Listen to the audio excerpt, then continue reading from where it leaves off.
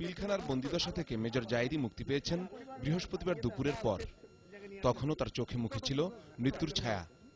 তিনি ভীত সন্ত্রস্তভাবে জানিয়েছেন বুধবার সকালে বিডিআরের দরবার হলে কি ঘটেছিল সে কথা।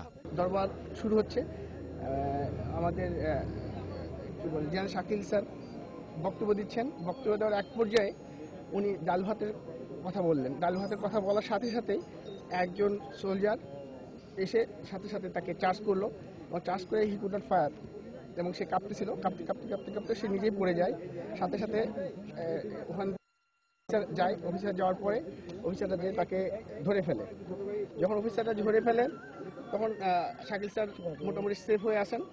তখন উইদিন 1 মিনিট or 2 মিনিটস দরবার হল ফাঁকা হয়ে যায়। ইন্ডিপেন্ডেন্ট বাইরে থেকে গুলি শব্দ আসতে থাকে। দরবার হল ফাঁকা হয়ে যায়।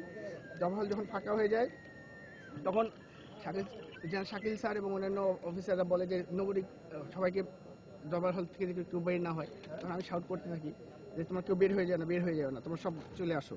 বাট আমার কথা কেউ শুনে না। তারপর এই অবস্থায় তারপর কিছুক্ষণ পরে দেখি যে দ্বিতীয় ওয়েভ আসতেছে।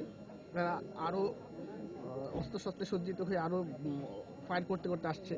বিডিআরের 40 রাইফেল ব্যাটালিয়নের এই কর্মকর্তা বিডিআর সপ্তাহ উপলক্ষে ফুলবাড়ি থেকে ঢাকা এসেছিলেন।